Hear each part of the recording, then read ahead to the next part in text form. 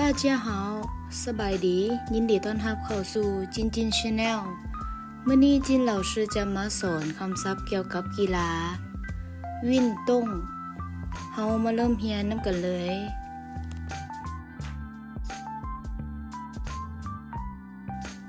จูฉิวแม่นกีฬาเตะบาล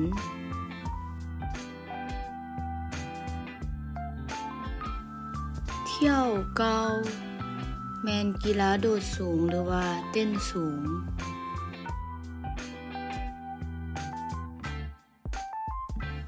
จู่จ้งแมนกีฬายกน้ำหนัก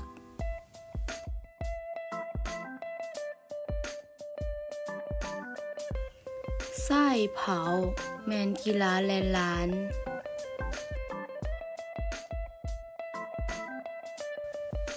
หลานฉิวแมนกีฬาบานบ้วง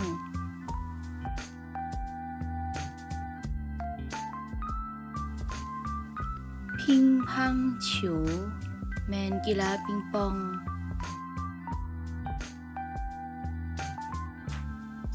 羽毛球แมนกีฬาตีดอกปีไก่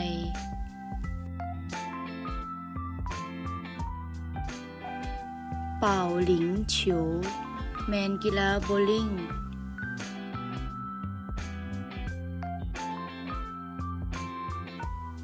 โยหยงแมนกีฬาลอยน้ำ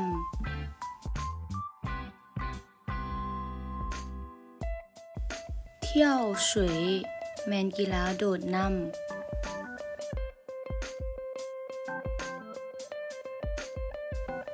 คุ้งโฉเต้าแมนกีฬาคาราเต้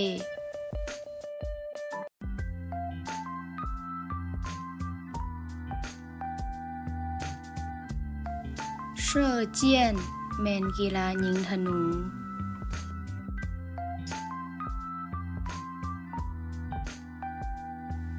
จีเจี้ยนแมนกีฬาฟันดาบ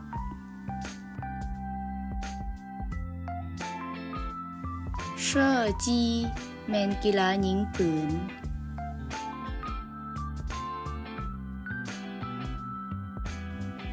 โหรเต้าแมนกีฬายูโด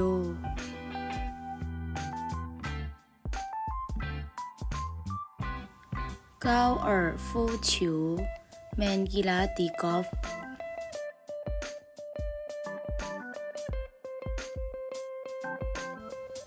ถี่เช่าแมนกีฬาบริหารร่างกาย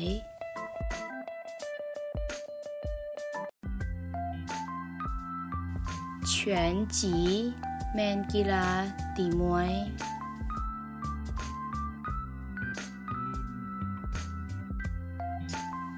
ท้ายเฉวียนเต้า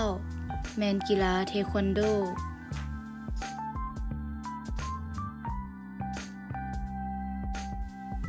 ปั้งฉิวแมนกีฬาเบสบอล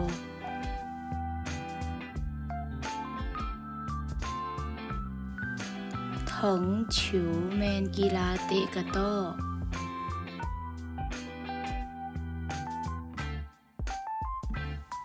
การหลานฉิวแมนกีฬารักบี้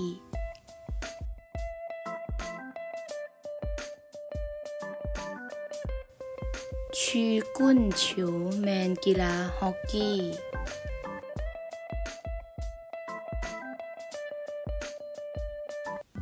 ผายฉิวแมนกีฬาบานตี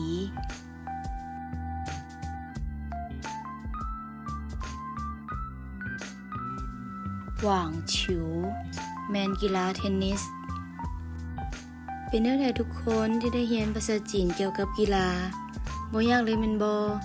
อย่าลืมกดไลค์กดแชร์และกดติดตามเพื่อบ่พลาดสาระความรู้ดีๆที่จิ้นเหล่าชื่อเอามาแบ่งปัน